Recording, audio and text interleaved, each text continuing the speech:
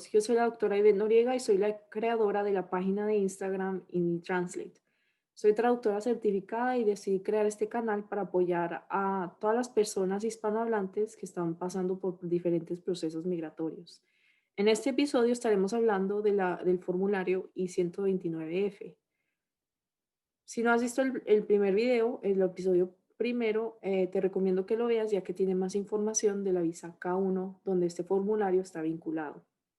Como siempre, este video es un recurso, es un simple ejercicio y les recomiendo que visiten y sigan las normas más recientes de UCIS usando los enlaces debajo. En estos enlaces van a encontrar más información sobre todos estos procesos, al igual que información reciente, ya que estos formularios o estos procesos de visas pueden cambiar. También les recomiendo que utilicen todos sus recursos disponibles y que también puedan seguir las normas que les dictan sus abogados, entidades legales o ONGs que los estén apoyando en su proceso migratorio. Este contenido es solamente un ejercicio de información adicional para las personas interesadas en aprender más de este formulario. Entonces, invito a todos los usuarios que visiten los enlaces de abajo para más información reciente y directamente del gobierno de Estados Unidos. Bueno, vamos a comenzar. En este video voy a repasar un poco de qué es el formulario I-129F, al igual de cómo llenar este formulario. También voy a eh, hacer como una breve presentación de los diferentes tipos de evidencias que uno puede utilizar en su proceso. Después de ver este video, ustedes van a tener un mejor conocimiento y entenderán más del formulario de la I-129F y cómo llenarlo usando un ejemplo que voy a dar, que va a ser nuestro ejercicio de hoy.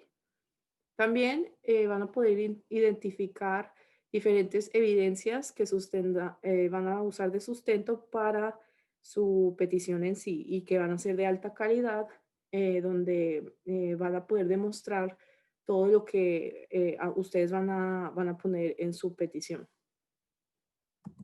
Bueno, personalmente a mí me ayuda mucho a aprender de ejemplos en videos en YouTube o en videos en línea que yo encuentre. Yo he notado que hay mucho contenido de este tipo de procesos migratorios y de visas en YouTube o en foros migratorios o en Facebook. Pero la verdad yo nunca he visto a alguien llenar un formulario como tal y a mí se me hace que eso a veces es muy importante nomás para saber si todo está bien, si uno llenó todo bien la forma. Obviamente, los videos que están ahorita que yo he visto en línea son más como cómo armaron los paquetes y los casos para mandar a las oficinas de UCIS.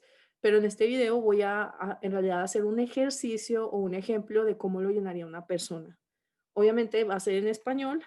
Igual, si ustedes, por ejemplo, quieren revisar su trabajo o entienden el inglés, pero no muy bien, les recomiendo que contraten a un traductor o vayan con su abogado, al igual que pueden acudir hasta a una ONG o ir como, yo sé que aquí en mi ciudad es muy común que las iglesias católicas den estos tipos de servicios y apoyos migratorios. Entonces, esto es simplemente un ejercicio y que pueden ustedes seguir. Pero al igual, si necesitan más apoyo, más recursos, pueden visitar los enlaces de abajo o preguntarme si hay una ONG local donde les pueden revisar el trabajo. En fin, vamos a usar de ejemplo, es como un caso. Yo no sabía en realidad a qué persona poner, entonces yo decidí poner de ejemplo como usando los datos de mi perrito, que se llama Coco. Entonces vamos a imaginarnos que Coco es un ciudadano americano y está pidiendo a una prometida extranjera, que en este caso sería la beneficiaria y Coco sería el peticionador. Entonces, en este tipo pues, de etapa del proceso, el paquete se va a enviar a UCIS, que es el Departamento de Seguridad Nacional aquí, de Homeland Security. Si quieren saber más de los procesos de la K1, pueden ver el primer episodio de esta serie para aprender cómo se dividen estas diferentes etapas y estas diferentes agencias. Entonces, el primer formulario, que es la I-129F, para pedir un prometido extranjero, es más de la información del americano ciudadano y va a ser con el departamento de UCIS. Entonces, como les dije, el ejemplo que vamos a hacer ahora es de mi perrito Coco. Le vamos a poner que su apellido es Canú porque de ese lugar lo conseguí. Es como una veterinaria en Colombia.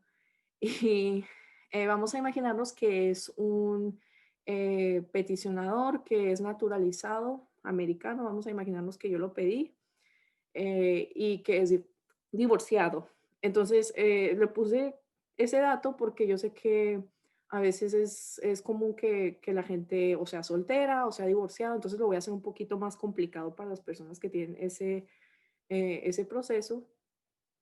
Y vamos a imaginar que está pidiendo a mi otra perrita que se llama Luna y ella va a ser la beneficiaria, como dije en la vía dispositiva anterior, y que tiene 2 hijos y ella radica en México.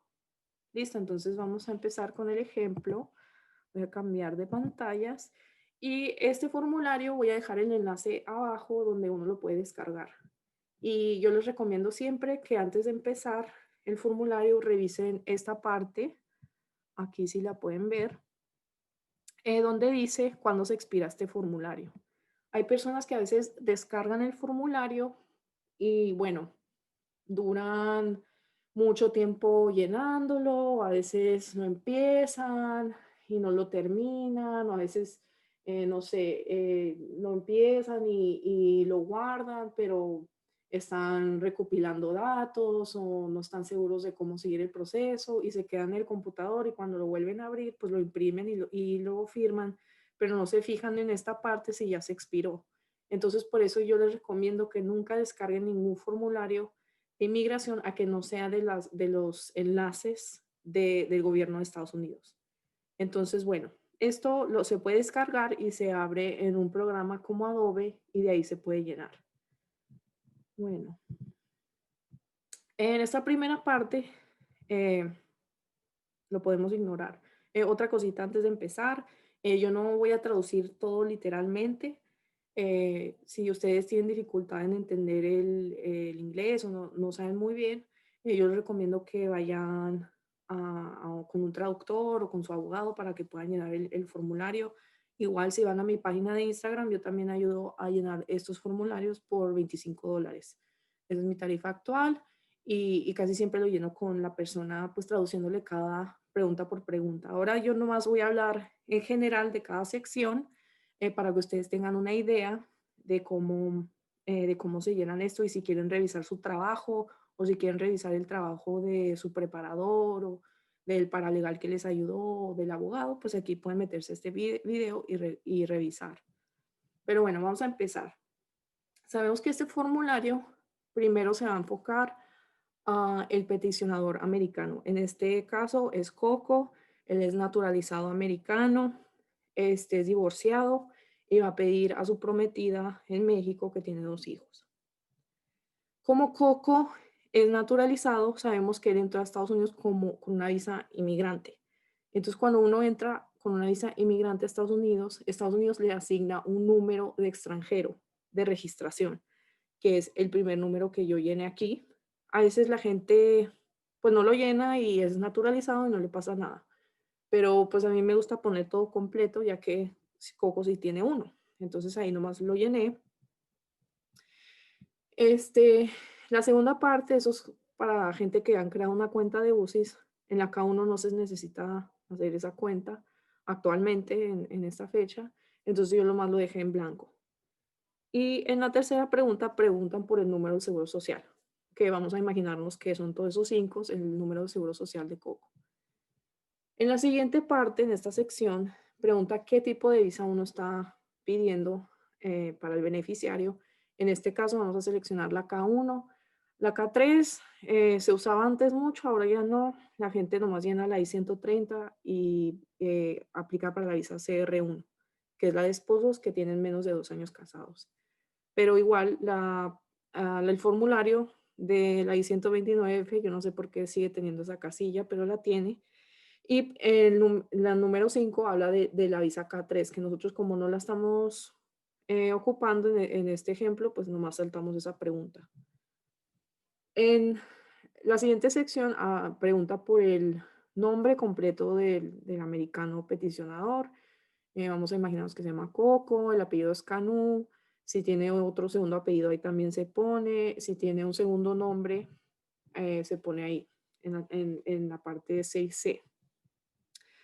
Ahora, la siguiente parte es otros nombres que han utilizado antes.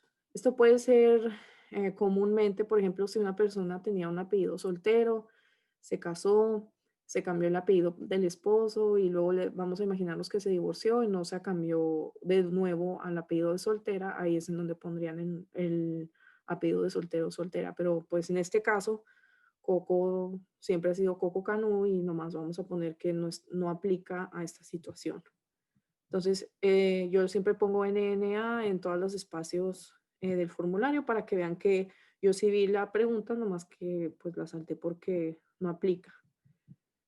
La siguiente parte es el parte del domicilio de Coco. Entonces, quien vive ahí, pues ponen esta parte en care of name, es como que para quien corresponda, por ejemplo, una carta. Entonces, va a ser el nombre del peticionador. Y siempre preguntan esto porque a veces hay personas que viven con compañeros de cuarto o con familia y son familias grandes. Entonces, quieren saber a quién se le va a dirigir el correo, la correspondencia que UCIS mande. Entonces, en este caso será Coco, el número y el nombre de la calle. Ahí yo me inventé eso. Vamos a imaginar que hay un apartamento, le ponemos 2. Y aquí ponemos la ciudad o el pueblo donde él vive. Ahí tuve un error, debería decir ciudad. Entonces vamos, si fuera Houston, Texas, ahí pondría Houston y el estado Texas. Y luego aquí es como el zip code, que es como un tipo de mini código postal de esos barrios. Aquí ponemos como no hay provincias en Estados Unidos, ponemos que no aplica, ni un código postal para el estado no aplica. Y el país es Estados Unidos, porque claro, para pedir el beneficiario extranjero, pues uno tiene que radicar en Estados Unidos porque la visa es para que uno se case en Estados Unidos con el extranjero. Aquí en esta parte dice si la dirección actual de correspondencia para el correo es la misma que el domicilio físico. Cuando Estados Unidos pregunta domicilio físico es que físicamente vives ahí. Entonces, en este caso, sí. Dice ahí sí, no. Si por ejemplo es un P.O. Box o es la dirección de la casa de los papás, porque a veces se le pierde el correo al novio o la novia donde ella vive o él vive, ahí ponen que no y luego ponen la dirección donde actualmente la persona vive. Entonces aquí van a poner como la dirección donde reciben los correos y aquí en donde viven. Entonces, como es exactamente donde vive Coco, pues no tenemos que llenar todas estas casillas otra vez, pero en esta parte están pidiendo el historial de domicilios. Y aquí dice que tiene que poner el historial de domicilios de los últimos 5 años. Entonces, por ejemplo, aquí pusimos que Coco empezó a vivir aquí desde el 1 de enero del 2020. Y pues aquí se puede poner presente. Igual aquí da a entender que este es la misma dirección de acá. En la segunda parte, otra vez ponen la dirección en el apartamento, la segunda ciudad donde vivían. Todo esto lo llenan otra vez, no aplicable, país Estados Unidos, y le ponen otra dirección. Recuerden, si es 2021, cuando están aplicando a eso, pues tienen que tener hasta como el 2016 para poder sustentar que ahí viven. Entonces, en este caso decían, poner uno la fecha desde cuándo hasta cuándo. Entonces, del 2016 hasta el 2019 vivió. Si, por ejemplo, tuvieron más domicilios donde vivieron, por ejemplo, yo una vez me cambié como 5 veces en 5 años, yo tuve que poner todo ese historial domiciliario. Entonces, para que tengan siempre eso, a veces se pierden esas direcciones, yo no me acuerdo en dónde viví, pero a mí Cuando yo estoy llenando formularios que me piden los últimos 5 años, a veces hasta las cuentas de Amazon ayudan porque ahí guarda todos los domicilios de una persona. También a veces las personas no se acuerdan exactamente cuándo se mudaron o cuándo empezaron la renta, o cuándo empezaron a arrendar, o cuándo se empezaron a vivir ahí. Yo siempre le pongo final o principio del mes, porque pues uno paga al principio del mes el primero y el final del mes es el 30 o el 31. Entonces yo siempre le pongo así para que se vea la continuidad, que hubo continuación de domicilio y me imagino que esas fechas pueden ser próximas, no tienen que ser exactas, exactas. La siguiente sección quieren pedir información de la historia, el historial de empleo. Entonces vamos a imaginarnos que el historial más reciente es que Coco trabaja como terapia, perro de terapia, en un hospital. Entonces pones el nombre de la empresa, la dirección, la ciudad, el estado, el país y el puesto que tiene. Y aquí pusimos perrito de terapia. Y uno empieza cuando comenzó el empleo y cuando terminó. Entonces, en este caso, él todavía sigue trabajando ahí, entonces puse presente. El segundo, di un ejemplo porque también hay muchas personas que son estudiantes o están haciendo prácticas y a lo mejor no, pues no necesariamente están en un empleo formal o han tenido un historial de empleo formal. Entonces, si uno es estudiante o practicante, puede poner como la escuela técnica o la universidad, la dirección, la ciudad, el estado, el código postal, todo esto. Y la ocupación pondría estudiante. Ahora, si uno no tiene empleo, nomás está en casa, puede poner que es como, sí, que trabaja de casa o que nomás está desempleado, pero también aquí preguntan los últimos 5 años del historial de empleo. Y lo preguntan eso porque ellos van a hacer un tipo de, pues los van a revisar los antecedentes. Y ellos les gusta preguntar, pues, en dónde trabajaron, porque pueden ver si tuvieron problemas en ese empleo. La revisión de antecedentes también les da, si uno da el historial de dónde vivió, de domicilio y del empleo, ellos pueden revisar en qué ciudades uno ha radicado, posiblemente en qué departamentos de policía estuvieron alrededor de esos lugares, que pueden revisar cuando están haciendo los antecedentes jurídicos o policíacos y por eso piden esta información. Entonces, eh, mientras que pongan toda la información en los últimos 5 años, mejor. Si les falta espacio, va a haber una sección al final de esta aplicación donde van a poder poner los espacios que les falta. Entonces, en este caso, Coco estudió y hasta el 2016, entonces los últimos 5 años ya están aquí. En esta información nomás son pues información biográfica, que el sexo de la persona, masculino o femenino, la fecha de nacimiento y el estatus, eh, pues sí, de si es soltero, casado, divorciado. En este caso, como dijimos en el ejemplo, él es divorciado. Y luego aquí pregunta dónde nació, la ciudad o el pueblo donde nació, el estado o provincia donde nació y el país. Entonces, Coco nació en Llano Grande, en Antioquia, y es de Colombia. Entonces, aquí es como información de los padres y todavía estamos en la sección del peticionador, ¿ok?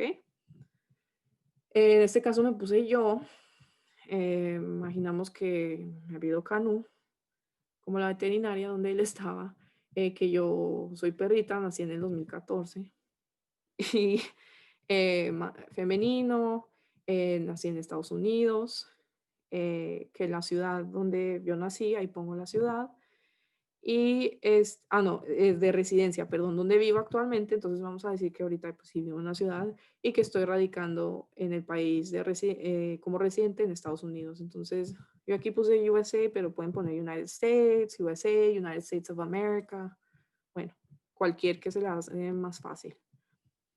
Ahora, en la siguiente parte, yo dejé este espacio en blanco porque quiero hacer este ejercicio medio complicado, porque a veces pues uno no puede saber la información de un papá o nomás sabe como el de la abuelita o el abuelito, no sabe los papás. Si uno no sabe información de los padres biológicos, aquí puede poner esta información. Si es, por ejemplo, de un padrastro, aquí lo puede llenar como si fuera papá biológico. No, no importa si es padrastro o madrastra, pero es como si una situación de que, bueno, vamos a ver que yo fui mamá soltera y me traje a mi hijo Coco.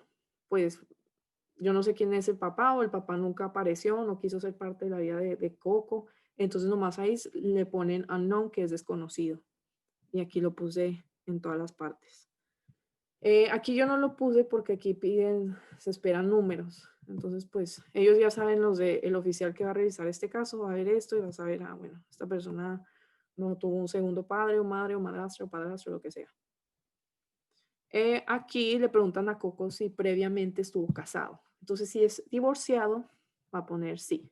Y esto tiene que estar igual, bueno, no igual, pero tiene que reflejar lo mismo. Por ejemplo, si él pone que es soltero y pone que estuvo casado, pues uno de estos está mal.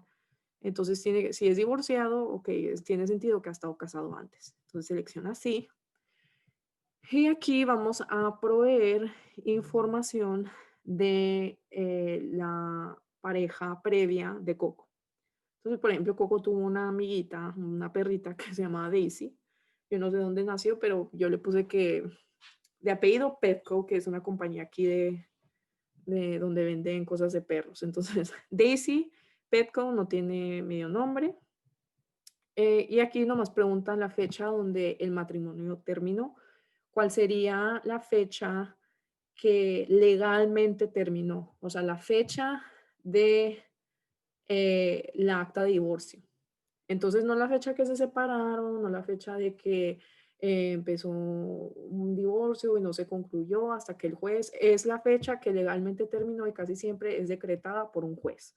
Entonces, esa es la fecha que van a utilizar cuando el juez firma y si ustedes están divorciados, esa es la fecha que se va a utilizar. Y esto es muy importante para aplicar para cada uno, tienen que estar ya divorciados. No pueden estar separados en el proceso de divorcio, no, tienen que estar los dos libres para casarse. Entonces, esta fecha tiene que ser, o sea, puede ser un día antes de que empiece esta petición, pero tiene que ser antes de que UCI reciba la petición para que califique para la K1. Ok, entonces aquí pusimos cómo se hizo ciudadano. Aquí yo le puse pues padre ciudadana, como que yo lo traje. Si fuera naturalizado, seleccionaría esto y obviamente cuando uno se hace doble ciudadano aquí en Estados Unidos, pues tiene doble ciudadanía que tiene la ciudadanía suya y luego se hace ciudadano americano, pues les dan un certificado de nombre. Entonces, si por ejemplo estuviera él naturalizado, o sea, él entró a Estados Unidos y se naturalizó aquí con otro proceso, aquí le ponen que sí, entonces se naturalizó, obtuvo un certificado de naturalización o un certificado de ciudadanía a su nombre, ahí le ponen que sí. Y aquí ponen el número del certificado de esa vaina que le dan a uno y en dónde le dieron ese certificado. Pues Coco ha vivido toda su vida en Texas, entonces ponemos Texas y luego la fecha que le dieron ese certificado. Entonces, en este caso fue el año pasado. Aquí dice información adicional y dice aquí, ¿alguna vez se ha llenado la forma I-129F para otra persona? Vamos a asumir que no. Esta es la primera vez que uno lo está llenando. Si fuera sí, pues seleccionaría obviamente sí y llenaría los datos de la previa persona que quería patrocinar con una K1. Y luego aquí dice qué acción tomó UCIS con esa petición, con esa forma. Entonces, por ejemplo, si aprobó la petición, pues aprobada, denegada, que la quitaron. Bueno, eso es nomás para poner esa parte, pero no le preguntan en realidad como que qué pasó con esa forma. Entonces, nomás ustedes dicen que decidió UCIS. Y luego en esta pregunta dicen, pues usted tiene hijos menores de 18 años, ¿sí o no? Pues en este caso no, Coco no tiene. Em, bueno, entonces como no tiene, no, aquí dice, pues no tiene que contestar las siguientes preguntas. Sí, sí, y si puso que sí, tiene que contestar la 49A, la 49B. Entonces aquí dice, provee todos los lugares o países, todos los estados de Estados Unidos o países extranjeros donde usted radicó desde cumplir los 18 años. Entonces, Coco vivió en Texas y vivió en Colombia. Obviamente, porque él nació en Colombia, él no podemos poner aquí Antioquia porque pues no hay espacio, entonces nomás esto se deja en blanco porque pues no es un estado de Estados Unidos y aquí se pone Colombia. Listo. Entonces ahora aquí dice parte 2, información sobre la beneficiaria o el beneficiario. Y en esta partecita es cuando empieza la sección. Entonces, ¿qué página es esta? La página 4 empieza la sección de la persona que queremos que reciba la visa acá. En este caso va a ser mi otra perrita que se llama Luna. Yo no sé dónde, ella nació en una casa. Entonces le puse de apellido Casas. Ella, pues como obviamente nunca ha estado en Estados Unidos, pues no tiene ningún número de A, no tiene seguro social, la fecha de nacimiento, otra vez poniendo la atención que nació en mayo, el 10 de mayo del 2019. El sexo de la perrita, pues femenino, estatus, si es casada, soltera, divorciada, viuda, ella es soltera, vamos a poner que es soltera. Nació en Ciudad Juárez, país, México, ciudadanía de la perrita, mexicana. Estos otros nombres utilizados, entonces, por ejemplo, si hubiera, como dije en el primer ejemplo, si hubiera estado casada y tiene nombre soltero, aquí lo pondría. Pero pues como ella siempre ha sido soltera, no hay que preocuparnos. Aquí, en donde, en esta parte, es información sobre el beneficiario continuada y pide dónde vive, pues dónde recibe el correo, Luna. Entonces aquí yo le puse pues cualquier número, calle en México, barrio en México. A veces la ciudad, aquí pueden poner el barrio y luego la ciudad, porque casi siempre aquí esta parte está como muy pequeña. Entonces no pueden poner como fraccionamiento, vecindad o barrio, pues porque se hace. Entonces yo siempre recomiendo que pongan el barrio y la ciudad aquí en esta parte y luego pues el estado no se puede porque esto nomás te dan estados de Estados Unidos, no tienen zip code, pero si hay, aquí ponemos la provincia, pues es el departamento del estado, que es Chihuahua, el código postal, ese yo también me lo inventé, y el país, que es México. Y entonces aquí, otra vez, los últimos 5 años, proveernos la información de la historial domiciliaria del beneficiario. Entonces hay que imaginarnos que siempre ha vivido en este lugar. La siguiente sección, pues la dejé en blanco porque siempre ha vivido en este lugar. Entonces, bueno. En esta parte, nomás que se tienen que fijar, aquí, por ejemplo, tienes que hacer los últimos 5 años, entonces obviamente te tuviera que decir 2016, del 2016 a presente. Si no, aquí tuviera que llenar de dónde estuvo viviendo hasta el 2016 y ahora. Bueno, la siguiente parte es igual como la de Coco, historial de empleo. Vamos a decir que se queda en casa. Entonces yo aquí puse que el nombre de la empresa pues no aplica. Puse la misma información que acá. Y que es, pues sí, que es una ama de casas. Básicamente le puse y cuando empezó a ser ama de casas, pues yo le inventé ahí una fecha y hasta actualmente presente sigue siendo eso, sigue siendo ama de casa. Aquí dice número 2, empresa o número 2, pues no, ninguna. Entonces pones no, no, no. Entonces aquí como que se descuadra un poco esto. Vamos a ver si lo puedo arreglar. Como que se descuadra un poco esto. Yo no sé por qué pasó, pero vamos a guardarlo otra vez. Bueno. Sí, beneficiario, bla, bla, bueno. Ahora, como no ha trabajado, pues lo dejamos todo esto en blanco y ponemos no aplicable, no aplicable, no aplicable. En las fechas, pues le ponemos vacío porque no podemos poner no aplicable en números. Ahora dice información sobre los padres de la beneficiaria, en este caso de Luna. Vamos a decir que su mamá se llama Lulu. eh, Vamos a decir que es femenina. Obviamente esta información me la inventé. Es mujer, o sea, para que sepan que es la madre. Vamos a imaginarnos que la mamá nació en México, pero vive en Estados Unidos. Entonces así se vería. País donde nació, México, en donde radica, o sea, la residencia, vamos a imaginarnos que vive en la frontera, en El Paso, y país de residencia de la mamá en Estados Unidos. ¿Ok? Otro ejemplo que yo quise inventar es como, por ejemplo, cuando un padre es fallecido. O sea, en el primer ejemplo de Coco, pues era como no conocíamos el papá o la mamá. En este es como si fuera un caso de fallecido. Entonces, aquí llenan los datos del papá y en esta parte donde piden donde radica o reside, nomás ponen deceased, que es como fallecido. ¿Ok? Entonces, les digo, estoy tratando de imaginarme como lo más complicado que uno puede llenar estas formas o que sea una situación complicada para que sepan qué poner más o menos y revisen su trabajo. Entonces, aquí dice información también, sí, otra información de la beneficiaria. Dice, ¿ha sido previamente casada? Bueno, vamos a decir que no, pero si fuera así, otra vez la información del ex esposo y cuándo terminó, cuándo fue el divorcio. Y luego aquí dice, esta parte ya cambia un poco, dice, ¿ha estado la beneficiaria antes en Estados Unidos? Y aquí seleccionamos no.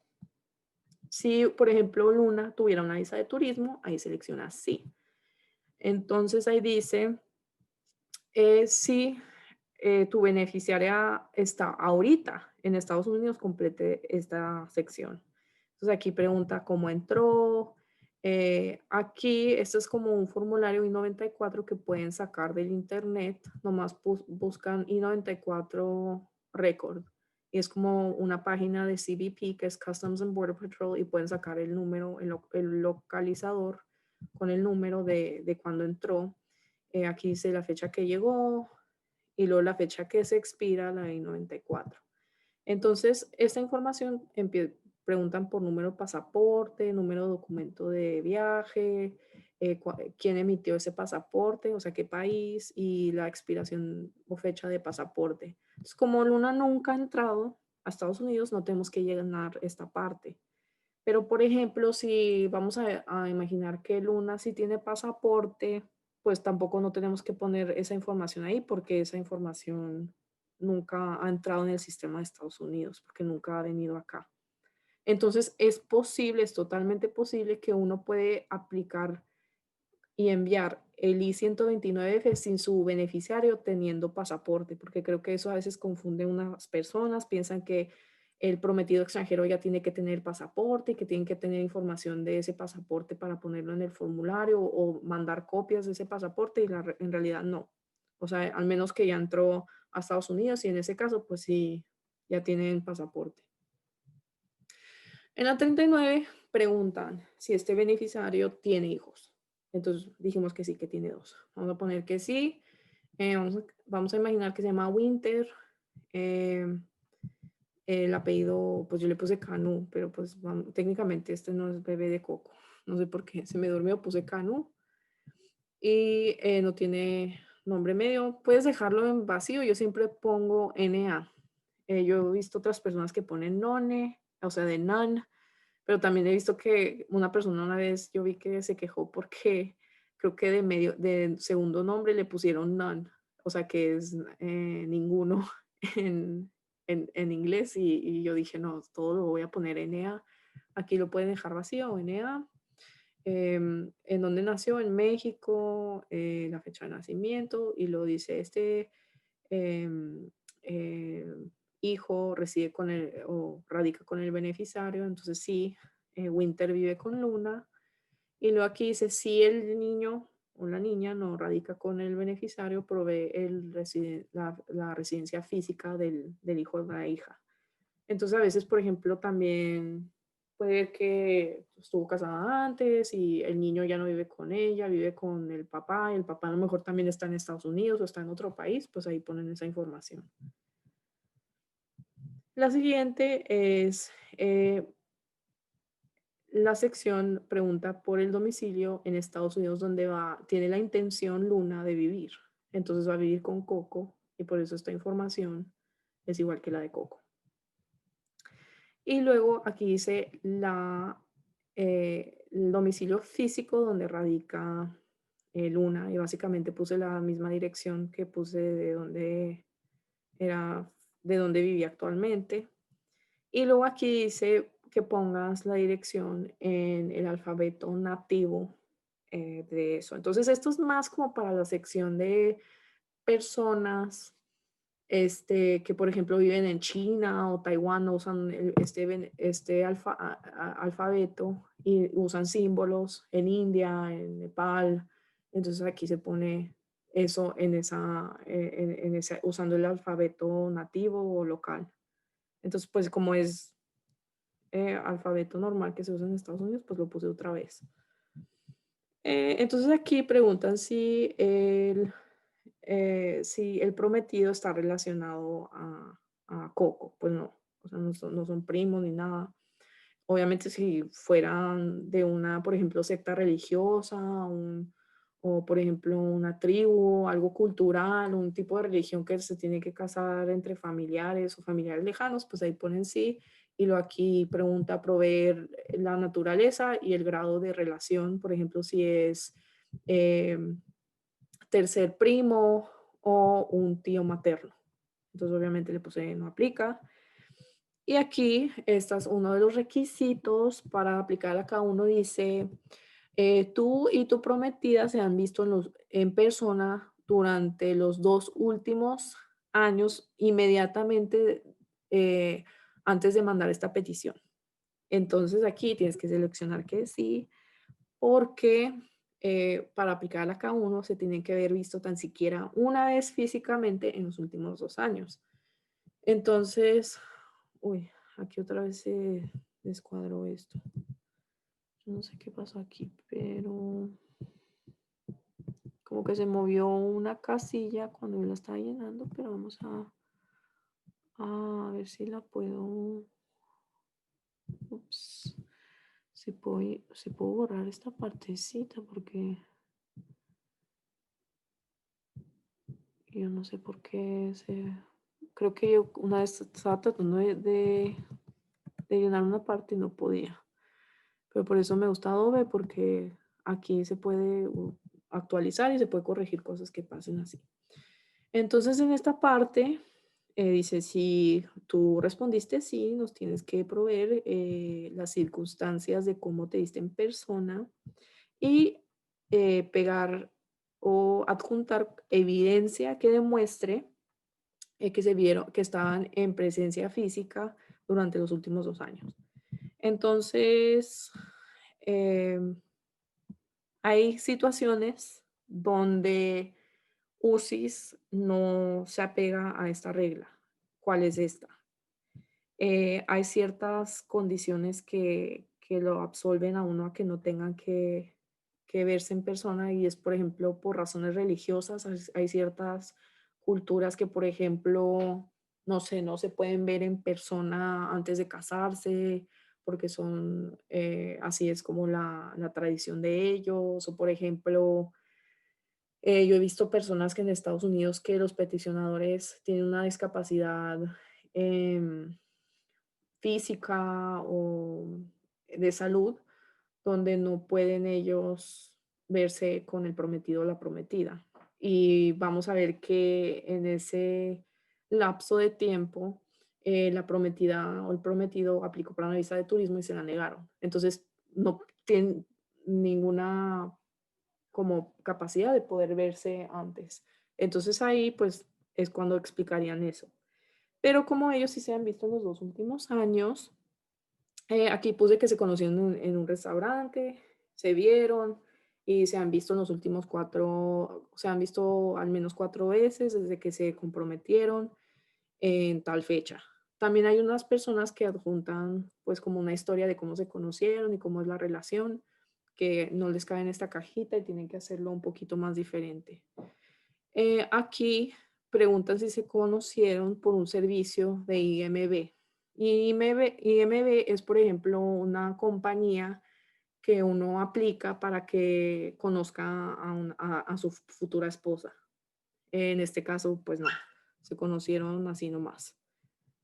Le ponemos no aplicable a la compañía. Y aquí esta parte es súper importante, especialmente a personas que a lo mejor radican en otro país y su proceso lo quieren hacer en otro país. Dice información de proceso consular. Tu beneficiario va a aplicar para la visa en qué consulado de Estados Unidos. Entonces, porque Luna vive en Ciudad Juárez, va a hacer el proceso en Ciudad Juárez, en el país de México. Pero, por ejemplo, si viviera en otro país como, no sé, que vamos a imaginar que vive en Ciudad Juárez, pero el proceso lo va a hacer en Honduras. Aquí pondría eso. El país donde el caso de ella va a llegar al otro país. Aquí dice información criminal, la parte 3 de otra información, y eso es del peticionador. Y en el peticionador, sí, del ciudadano americano está preguntando información criminal o antecedentes jurídicos de esa persona. Entonces dice, pues te han puesto una orden de restricción, civil o criminal, si uno ha violentado a la pareja, si tiene cargos de abuso sexual o de niño o acoso, violencia doméstica, pues esto uno lo llena. Y si es que sí, tienen que adjuntar como el proceso jurídico de la corte de qué ocurrió en ese caso. También aquí hablan del homicidio, si uno ha violado, ha abusado sexualmente, explotación, todo esto lo llenan. O si han tenido arrestos o convicciones de un acto criminal repetidamente relacionado con abuso de sustancias o alcohol. Entonces, por ejemplo, si hubieran agarrado a Coco manejando 2 veces borracho, o sea, y ponen que sí, y ponen los castigos y lo que pasó en cada caso. Y aquí en esta parte, pues es como información adicional. Si contestaron que sí en una de esas partes, tienen que poner por qué actuaron de esa forma, por qué les pusieron esos cargos y pueden poner como, en actos de defensa propia, violé una orden de protección para mí, o sea, cositas así de pues sí, del crimen relacionado o de lo que pasó, del arresto. Esta parte dice que si lo han arrestado, les han dado una citación de ha violado pues cualquier tipo de regla, excluyendo violaciones tráficas, al menos que sea una citación de tráfico o pues por ejemplo una multa de tráfico que está relacionado a alcohol o drogas o que involucra a una multa de más de $500. Entonces, por ejemplo, si aquí hay ciertos estados que las multas por pasarse un semáforo en rojo o algo es como $600, pues ahí uno pone que sí y explica lo que pasó. Y lo siento si escuchan al perrito llorar, está muy enojado porque quiere estar escuchando de cómo le estoy llenando la petición a la mamá y el papá y por eso está ladrando. Este, bueno, en esta parte, si una persona aplicó varias veces a diferentes procesos de I-129F. En este caso, pues no, nosotros no vamos, es nuestra primera aplicación, entonces nomás pondríamos que no aplica. Porque no, si no, uno tiene que pedir como un waiver, que es como un perdón de aplicar muchas veces por una K1. En esta parte dice parte 4, información biográfica, y este es del peticionador de nuevo. Pues si es hispano latino, no hispano latino, uno nomás selecciona la categoría racial y luego pues cuánto mide y cuánto pesa. Y le puse como, pues sí, es un perrito, pesa 6 libras. El color de los ojos, el color del cabello. Y en esta parte, pues ya concluyeron la petición, ya llenaron cada pregunta. Les recomiendo que lo revisen varias veces para que aseguren que seleccionaron cada casilla. En fin, aquí al último, ustedes es cuando firman, es la información de contacto, declaración, certificación y firmas en esta parte. Aquí uno si entiende español, digo inglés, y lee, lo entiende y lo lee, y leyó cada pregunta y cada instrucción, pues selecciona esta. Si usó un intérprete, por ejemplo, yo que a veces ayudo a interpretar estos formularios, aquí seleccionaría el peticionador, si yo le hubiera llenado el formulario, y si un preparador, que también he hecho esto, haría esto aquí.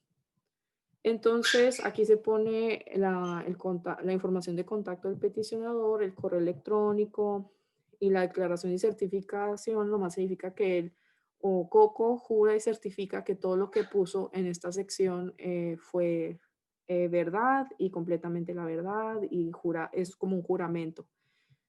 Coco firma aquí y firma cuando llenó esto. Ahora, si por ejemplo tuvo un intérprete, por ejemplo yo hago esto, que traduzco cada pregunta, yo llenaría esta sección con mi información, también mi domicilio, mis números, yo bajo tal juramento, juro que yo sé inglés y español y lo firmo aquí y ya. Si fue, por ejemplo, fue con un preparador, un paralegal, una ONG, un abogado, pues los abogados llenan esta parte y la firman y listo. Ahora, por ejemplo, nosotros, hay una parte donde yo dije que Luna tenía 2 hijos, pero nomás había un espacio para un hijo.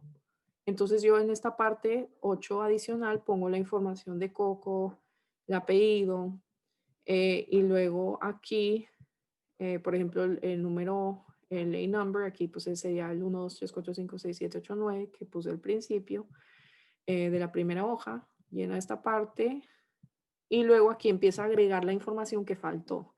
Entonces, por ejemplo, nos faltó un hijo, entonces aquí puse que nació otra perrita, que es la que está llorando en la puerta, en donde nació, vamos a imaginarnos que fue en México, nació en tal fecha y vive con el beneficiario en tal domicilio, porque recuerden que es una sección que preguntan dónde vive, la fecha de nacimiento, la edad, el nombre y el país donde ellos vivieron. Y pues ya listo, nomás nos faltó esta parte. Aquí también pueden poner si vivieron en eh, más domicilios o trabajaron en más trabajos en los últimos 5 años. Toda esta parte la llenan con el número de página, el número de la parte. Recuerden que la primera parte era del peticionador y la segunda era como del beneficiario y el número de la pregunta. Entonces vamos a salirnos de aquí. Ya terminamos con nuestro ejemplo y brevemente vamos nomás a repasar las evidencias para los requisitos de la visa K1. Obviamente, los requisitos esenciales para aplicar es que tiene uno que comprobar que es un ciudadano americano, como decía en el formulario, y esto se puede mandar copias, y recalco, copias, no originales, copias. En la página de UCI dice manden copias porque si mandan originales, nosotros no las regresamos. Entonces, una copia del acta de nacimiento o el certificado de naturalización, y o la página biográfica del pasaporte americano. Entonces, ¿cuál es la página biográfica del americano? Es usualmente la página donde está la foto del pasaporte y dice dónde nació, cuándo emitieron el pasaporte, esa partecita. Pueden tomarle una copia de eso y enviarlo como comprobante de que la persona es ciudadana americana. La dos es que el peticionador no tiene problemas severos con la ley de Estados Unidos para poder aplicar para la K1 y eso es sustentado con la pregunta de historial criminal. O sea, que obviamente si pones que no, pues no tienes que sustentar nada porque no tienes problemas criminales o un historial criminal, pero sí tiene que proveer documentos de la corte que habla de ese historial o antecedentes penales. El tercer requisito para pedir a un extranjero de prometido es que se han visto en persona tan siquiera una vez en los últimos 2 años. Yo repasé con ustedes la pregunta. ¿Cómo pueden ustedes comprobar eso? tienen que usar evidencias no se pueden negar. O sea, lo más importante son evidencias que haya un registro o un historial. En este caso, por ejemplo, los pasajes de avión, los billetes de avión, los boarding passes, súper esenciales. Los recibos de hoteles, también súper importantes porque ponen ahí la fecha, el recibo de hotel contiene el nombre, etcétera. El siguiente son los sellos del pasaporte de entrada y salida. Entonces, por ejemplo, si Coco viajó a México, en su pasaporte va a decir que estuvo en México y en cuáles fechas entró y salió de México. Y les digo, eso es una evidencia que pesa para UCIS porque ellos pueden verificar con las bases de datos que ellos tienen con los países vecinos. Y también fotos de esos viajes. Entonces, fotos de viajes con la prometida o el prometido, que se vean fotos donde hicieron algo juntos, donde se ve que hay una relación real, que se ve que estés con su familia o los amigos o haciendo una actividad en el país. Ellos les gusta ver eso, porque también puros selfies, pues no tienen contexto los oficiales de UCIS para saber dónde estaba uno. Entonces, por eso es súper importante tener variedad en fotos y no tienen que mandar un álbum de fotos tampoco. Pueden mandar entre 6 y 10 fotos y con eso está bien. Pero que se vea variedad. Yo he leído también que no les gusta tener como fotos así donde se estén besando, estén todos melosos. Pues es como que los ponen los cónsuls así incómodos. Entonces, que se vean así una relación normal, lo que subirían como en un Facebook así normal, en un post, pues se puede poner eso. Y recomiendan que pongan un poco de contexto en la foto, por ejemplo, una fecha o que se vea la fecha que estaban haciendo esa actividad. El cuarto requisito esencial para aplicar a la visa K1 es que los dos tienen que estar libres de casarse y como dije, o seleccionar solteros, que los dos están solteros en la petición, o proveer actas de divorcio. En inglés se llama divorce decree. Y tiene que ser completa, no puede ser la primera hoja o la hoja firmada por el juez. Tiene que ser todo el decreto o acta de divorcio, a veces son de 8, 9, 11 páginas, pero se tiene que incluir todo.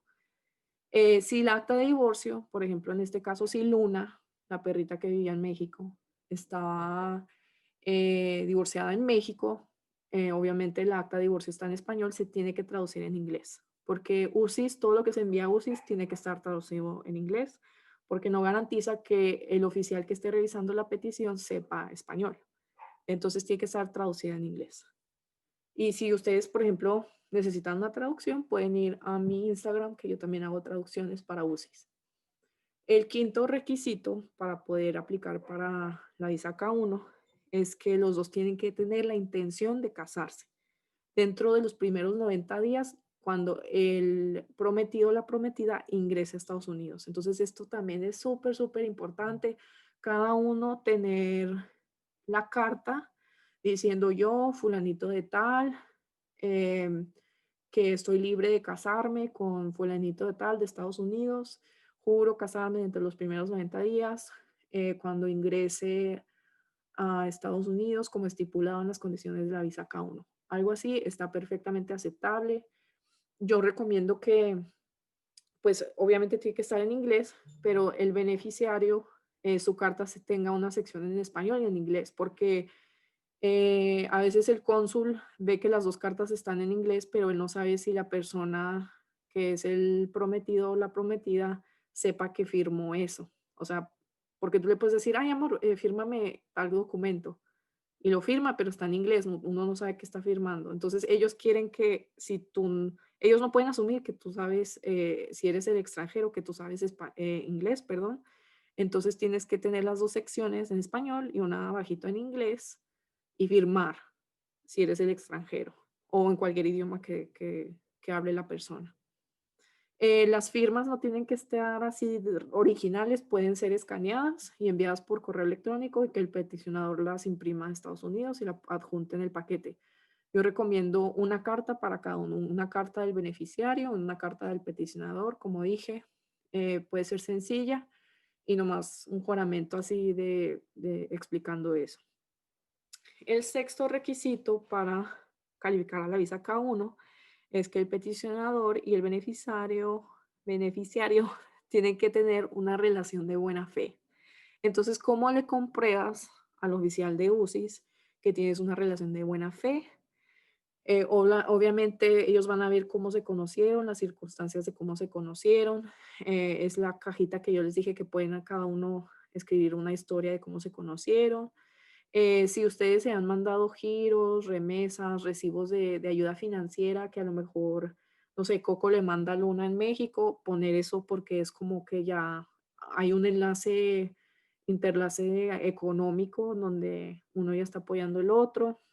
Si ustedes tienen recibos o gastos de asociados a una boda o plan de boda, por ejemplo, el anillo de compromiso o información que ustedes tengan de que están buscando ya los salones donde se quieren casar o un recibo de lo que pusieron un depósito para un pastel o una torta o un vestido de novia, pues envíen eso, porque eso enseña intención de casarse, es relación de buena fe. Obviamente aquí también aplica las fotos. Eh, También, pues, se puede poner testimonios familiares, pero les dije que eso, pues, no tiene tanto, pues, no puede ser todo el peso a testimonios familiares. O sea, por ejemplo, hay mucha gente que no envía testimonios familiares y les aprueban, pero unas personas les gusta incluir los testimonios familiares y, pues, yo diría que es un nivel de evidencia no tan fuerte como, los planes de boda o, por ejemplo, el anillo de compromiso o, los giros de que se han estado enviando dinero, y lo digo porque esa información, UCIS la puede verificar. Ellos pueden hablar a Bank of America o a Western Union y preguntar, este localizador, si se envió a Colombia o si se envió a Honduras o si se envió a Guatemala, y ellos pueden decir sí o no. Un testimonio familiar, pues casi siempre piden, creo que tenga la licencia o el carnet de identidad o la tarjeta de identidad de la persona con un testimonio. Y pues ellos no tienen los recursos para hablarle a cada persona que escribió un testimonio diciendo, sí, Coco y Luna están juntos y se van a casar. Pues eso lo puede cualquier persona inventar o nomás hacerle el favor a alguien y escribir eso. Entonces no pesa tanto como esos otras hojas o evidencias como los giros, los planes de boda, comprobantes de pagos, de cosas así que pesan más. Entonces, básicamente, esto es los tipos de diferentes evidencias para cada requisito que uno tiene que comprobar para este formulario. Con esto concluimos este video y espero que les haya gustado mucho el contenido. Y si les interesa aprender más de otros procesos migratorios o quisieran tener más de estos tipos de ejercicios para otros formularios, me pueden escribir un comentario, les dejo mi página de Instagram y los invito a que se suscriban a mi canal y lo sigan y seleccionen la campanita para que les lleguen las notificaciones. Les agradezco mucho estar en este video súper largo y perdonen por los perritos que tengo.